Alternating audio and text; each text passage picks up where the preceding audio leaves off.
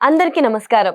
Welcome to it's UTV. ప్రస్తుతం మనతో పాటు ఉన్నారు ప్రొఫెసర్ డాక్టర్ ముల్లపూడి సత్యనారాయణ గారు. గురువు గారితో మాట్లాడి 2026 ఉగాది పంచాంగం అంటే మన శ్రీ పరాభవనామ సంవత్సరంలో 12 రాశి వారికి గూడా ఏ విధంగా ఉందో గురుగారితో మాట్లాడి తెలుసుకుందాం. నమస్కారం గురుగారు. నమస్కారం అమ్మా దాక్షాయణి. గురుగారు 2026 ఉగాది పంచాంగం ప్రకారం శ్రీ పరాభవనామ సంవత్సరంలో రాశి వారికి ఏ విధంగా ఉండబోతుంది? మొట్టమొదటగా పరాభవనామ సంవత్సరం ఈ సంవత్సరం పేరు. హ్మ్. అందరూ గూడా పరాభవం అంటే ఏంటి? ఇన్సల్ట్. హ్మ్. అంటే ఇది ఎప్పుడొచ్చింది తెలుసా? 60 ఇయర్స్‌కి ఒక సంవత్సరం మారుతుంది. హ్మ్. 1966లో వచ్చింది. హ్మ్. ఆ సంవత్సరంలో పుట్టినటువంటి వాళ్ళందరూ కూడా చాలా మందికి పాపం పరాభవనామ సంవత్సరంలో పుట్టారు కాబట్టి ఇన్సల్ట్స్ అనుభవిస్తూనే బతికేశారు. ఓకే. హ్మ్. అంటే హ్మ్. కెరియర్‌లో రైజ్ అవ్వచ్చు, డౌన్స్ అవ్వచ్చు. మొత్తం మీద పరాభవాలు మాత్రం తగులుతాయి. హ్మ్. ఈ సంవత్సరంలో పుట్టేటటువంటి పిల్లలకందరికీ కూడా కాస్త మిక్స్డ్ రిజల్ట్స్ ఉంటాయి. ఇది మొట్టమొదటిగా తెలుసుకోవాల. ఇన్సల్ట్స్ చూడు చాలామంది టాప్ లెవెల్ చీఫ్ సెక్రటరీస్ పోస్టులకి వెళ్ళాల్సిన ఐఏఎస్ ఆఫీసర్‌లు సడెన్‌గా సస్పెండ్ అవ్వడం, లూప్ లైన్‌లోకి పోస్టింగ్స్‌కి వెళ్ళడం. అలాగే మినిస్టర్‌లుగా ఉన్న వాళ్ళు టప్పని పోస్టులు పోవడం చిన్న చిన్న కారణాలతో. అలాగే ఈ యొక్క నేమ్ అండ్ ఫేమ్ బాగా సంపాదించినటువంటి 'కమలాకర్' హ్మ్. భట్ కర్ణాటకలో యాస్ట్రాలజర్. చిన్న సామాన్యమైనటువంటి అమ్మాయి గొడవలోకి వెళ్లి పడిపోవడం. ఎన్‌డీ తివారీ గవర్నర్ ఆఫ్ ఆంధ్రప్రదేశ్‌గా చేసిన ఆయన. ముస్సలాయన. ఆయన అమ్మాయిల విషయం కోసం గవర్నర్ పోస్ట్ పోగొట్టుకోవడం ఇవన్నీ ప్రజలకు తెలిసినవే. హ్మ్. కాబట్టి ఇలాంటివన్నీ కూడా పరాభవనామ సంవత్సరంలో జరుగుతాయి.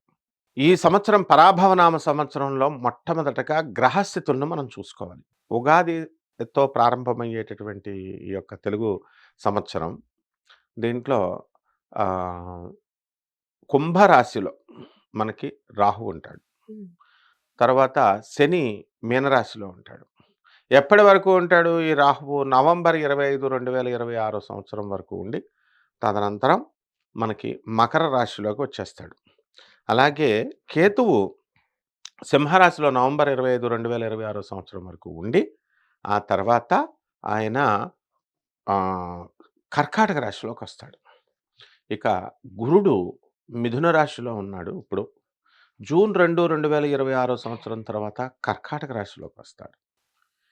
అలా ప్రధానమైనటువంటి ఈ 4 గ్రహాల మీద మనకి ఈ నూతన సంవత్సరం అనేటటువంటిది నడుస్తుంది. గురుగారు ఈ మీనంలో శని ఉంటారన్నారు గదా! ఎప్పటి వరకి ఉంటారు? ఇది నెక్స్ట్ మళ్ళీ వచ్చే సంవత్సరం మార్చ్ వరకు మధ్యలో మేషరాశిలోకి వెళ్ళడం, వెనక్కి రావడం ఉంటుంది. ఓకే. ఒక ఈ ఈ 2026 మళ్ళీ నెక్స్ట్ ఉగాది వచ్చేంత వరకు కూడా శని మీన రాశిలోనే ఉంటాడు. హ్మ్. అందువలన మనకి ఈ గ్రహస్థితి వల్ల 12 రాశుల వారికి ఏ విధమైనటువంటి ఫలితాలు ఇస్తాయో ఒక్కొక్క రాశి వారీగా మనం చెప్పుకుందాం. మరి 12 రాశుల్లో ఆఖరి రాశి మీనం రాశి గురించి చెప్తారా గురుగారు? మనకి మీనరాశి వారికి అందరికీ కూడా ఆదాయం 14, వ్యయం 11 ఉన్నాయి. హ్మ్. రాజపూజ్యం 7, అవమానం 2గా ఉన్నాయి. అంటే విపరీతమైన ధనాదాయం పెరిగిపోద్ది. డబ్బు లాస్ట్ ఇయర్‌తో పోల్చుకుంటే ఈ సంవత్సరం డబ్బులు బాగా వస్తాయి. ఇప్పుడు ఏలినాటి శని వస్తోంది కాబట్టి వీళ్ళందరికీ కూడా ఏం జరుగుతది? మీరు ఎంత మంచి పనులు చేస్తున్నా సరే హస్బెండ్స్ వాళ్ళు గుర్తించకపోవడము, ఆడపడుచులు గుర్తించకపోవడము, బంధువులు గుర్తించకపోవడం ఇలాంటివి జరుగుతాయి. అసలు ఈ మీనరాశి వాళ్ళందరూ కూడా బెట్టింగ్స్ బాగా ఆడేస్తారు. లాస్ట్ ఇయర్‌లో హ్మ్. పోల్చుకుంటే. ఈ సంవత్సరం లేవనుకోండి. సో, దానివల్ల ఏమైనా ప్రాబ్లమ్స్ వచ్చినా, ఏమైనా నష్టాలొచ్చినా అవన్నీ కూడా ఈ సంవత్సరంలో భర్తీ చేసుకుంటారు. జాబ్‌కి ఇన్‌సెక్యూరిటీ ఫీలింగ్ లేదు. సీక్రెసీస్ మెయింటైన్ చేస్తారు వీళ్ళు. ఆ విధంగా ఈ రాశి వారికందరికీ కూడా సౌందర్యం మీద ఎక్కువ శ్రద్ధ అనేటటువంటిది, ఆరోగ్యం మీద ఎక్కువ శ్రద్ధ అనేటటువంటిది ఈ సంవత్సరంలో బాగా పెరిగిపోతుంది. అండ్ ఎవరికైతే వివాహం కాకూడదని అనుకుంటారో వాళ్ళకి ఈ మనకి జూన్ నెల మనకి 2వ తేదీ నుంచి కొన్ని ముహూర్తాలు ఫిబ్రవరి నుంచి అప్పటి వరకే ఉన్నాయి. చేసుకుందామన్నా ముహూర్తాలు లేవు. మారేది ఎప్పటి నుంచంటే జూన్ 2 నుంచి మారతదది. 100% చెప్తున్నాను నేను. 2 జూన్ 2026 సంవత్సరం దాటిన తర్వాత నెక్స్ట్ ఇయర్ లోపల ఎంతమంది మీన రాశి వాళ్ళు ఉన్నారో మొత్తం సామూహిక వివాహాల్లాగా అందరికీ పెళ్ళిళ్ళైపోతాయి. అందులో డౌట్ లేదు.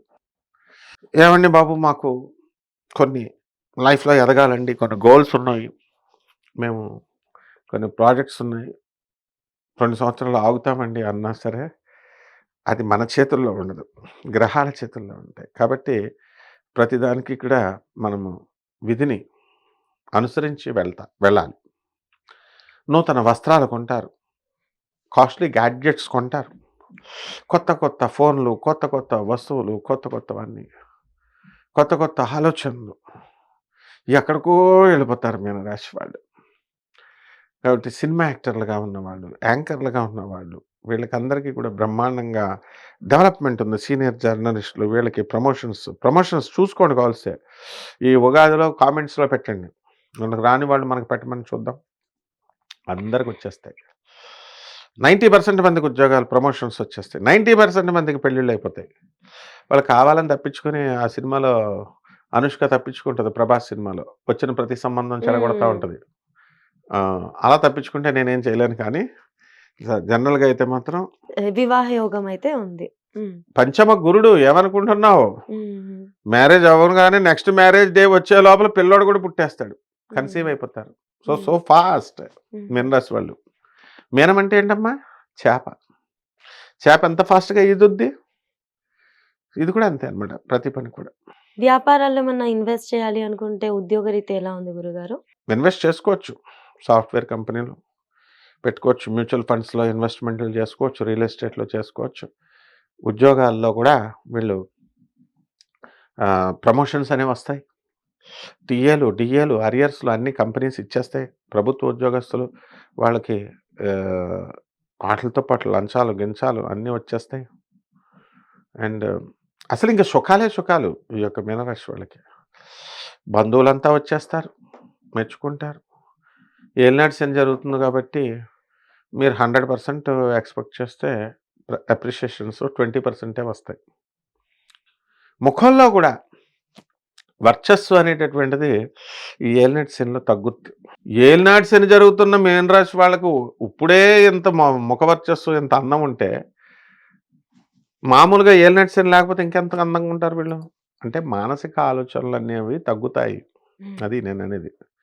ఇప్పటిదాకా ఏవో ఆలోచనలు, పిచ్చి ఆలోచనలు, డిప్రెషన్‌లు ఈ రకంగా ఉన్నటువంటి వాళ్ళందరూ గూడా మనకి డిప్రెషన్స్ పోతాయన్నమాట. అండ్ జన్మంలో ఉన్నటువంటి శని. కాకపోతే ఒకటే ప్రాబ్లమ్ ఏంటంటే, సో యూట్యూబ్‌లో జ్యోతిష్కులంతా కూడా నీకు మహేష్ బాబు లాంటి భర్తొస్తాడు. పొద్దున్నే తెల్లారుజామున సూర్యుడొచ్చే లోపల 5 గంటలకే లేచేసి పూజలు చేసేయండి అని చెప్తున్నారు. 3-5కే అందరూ ఇల్లులు కడతారు, ఇల్లులు కొంటారు, స్థలాలు కొంటారు, పూజలు చేసేయండి అంటే, వీళ్ళంతా తెల్లవారుజామున 3 గంటలకు లేచి 5 గంటల లోపల ఫినిష్ చేసేసి పూజలు ఫినిష్ చేసినోళ్ళు చాలామందున్నారు. తర్వాత వాళ్ళకి అయి జరగకపోతే దేవుడిని తిట్టుకుంటారు. అంత మరీ అక్కర్లేదు గానీ, జన్మంలో ఉన్నటువంటి శనిగ్రహం వల్ల అందరూ గూడా ఉదయం 8 గంటల దాకా పడుకుంటారు. బద్ధకం. ప్రతి పని రేపు చేద్దాం, ఎల్లుండి చేద్దాం అంటూ పోస్ట్‌పోన్‌మెంట్లు చేస్తారు. సో, ఈ పోస్ట్‌పోన్‌మెంట్‌లని, ఈ బద్ధకాలని వీళ్ళు తగ్గించుకుంటే వాళ్ళు లైఫ్‌లో ముందుకు వెళ్తారు. యాంకర్‌లుగా ఉన్నటువంటి వాళ్ళకి సినిమాలో ఛాన్సొస్తుంది. సినిమాల్లో ఉన్నటువంటి వాళ్ళకి రాజకీయాల్లో ఒక ఛాన్సొస్తుంది. హుహు. స్మృతి ఇరానీలాగా మినిస్టర్‌లయిపోతారు యాంకర్‌లు. అందరూ కూడా. టీవీ యాంకరే ఆమె స్మృతి ఇరానీ. హుహు. సో, ఆ విధంగా అస్సలిక మీనరాశి వాళ్ళని చూసుకోక్కర్లేదనమాట. ఆ విధంగా చాలా బావుందమ్మా. ఆరోగ్యపరంగా గురుగారు? ఏలినాటి శనిలో ఆరోగ్యం ఏమొస్తది? ఎముకల నొప్పులు. హుహు. మనం ఎంబీబీఎస్ హ్మ్. ఏం సినిమా అది? చిరంజీవి గారిది 'శంకర్ దాదా ఎంబీబీఎస్‌లో' హ్మ్. వాకింగ్ చాలా బావుందంటే ఎలా నడుస్తాడు? హ్మ్. మళ్ళీ "అన్న ఇటు తిప్పు చూడు నడువు" అని ఆ స్టైల్‌లో నడుస్తారు ఈళ్ళంతా. ఎందుకని? మోకాళ్ళ నొప్పులొస్తాయి. హ్మ్. గుజరాత్ వాళ్ళు నడుస్తారు చూడు. హ్మ్. వాళ్ళంతా కాల్షియం డెఫిషియన్సీ వల్ల దొడ్డుకాళ్ళ నడకలాగా ఉంటుంది. అందువల్ల హ్మ్. చాలా జాగ్రత్తగా కాల్షియం కనుక మనం కాపాడుకోకపోతే ఆహ్, ఆ నడకలాగా ఉంటుందనమాట. అంటే ఓకే. ఓకే. చిరంజీవి గారు బ్రహ్మాండంగా నడిచారు. ఆయన కాదు మనం అనేది. గుజరాత్ నడకలా స్టైలిష్ అయిపోతారంటున్నాను. హ్మ్. అంత కాల్షియం డెఫిషియన్సీలో కూడా అంత స్టైల్‌గా నడుస్తారు. ఓకే. ఓకే. అండ్ డిగ్నిఫైడ్‌గా హ్మ్. వీళ్ళందరూ కూడా డ్రెస్సింగు అన్నీ కూడా దేవుడు అందమైన రూపాన్నిచ్చాడు. దీన్ని మేము రక్షించుకోవాలి. దీనికి మేము రెస్పెక్ట్ ఇవ్వాలి. దీనికి మేము మంచి బట్టలు కట్టాలి హ్మ్. అని చెప్పి మోస్ట్ డిగ్నిఫైడ్ 'కీర్తి సురేష్' లాగా అయిపోతారందరూ. గురుగారు విద్యార్థులకెలా ఉంది గురుగారు ఈ సంవత్సరం? హ్మ్. ఎప్పటి వరకు? జూన్ 2 వరకు ఓకే. 2026. హ్మ్. లవ్‌లు చదువుకోండిరా వెధవల్లారా అని హ్మ్. స్కూళ్ళకి టీచర్స్ తల్లిదండ్రులు ఫీజులు కట్టి పంపిస్తే హ్మ్. వీళ్ళు ప్రేమలు, ప్రేమ, ప్రేమ, ప్రేమ అంటూ వెళ్తారు. హ్మ్. కరెక్ట్‌గా జూన్ 2026 సంవత్సరానికి ప్రతి లవర్‌కి హ్యాండ్ ఇచ్చేస్తాడు హ్మ్. ఆడోళ్ళు. హ్మ్. వాళ్ళేం చెప్తారంటే, మా డ్యాడీ ఇంతకాలం ఓకే. No problem. సింపుల్‌గా చెప్పేస్తారు. మా డ్యాడీ ఒక పెళ్లి సంబంధం చూసారు. హ్మ్. నేను చేసేసుకుంటున్నాను. వీడికి బాటిల్ మిగులుతది. అమ్మాయి పోయే, బాటిల్ మిగిలాయి. హ్మ్.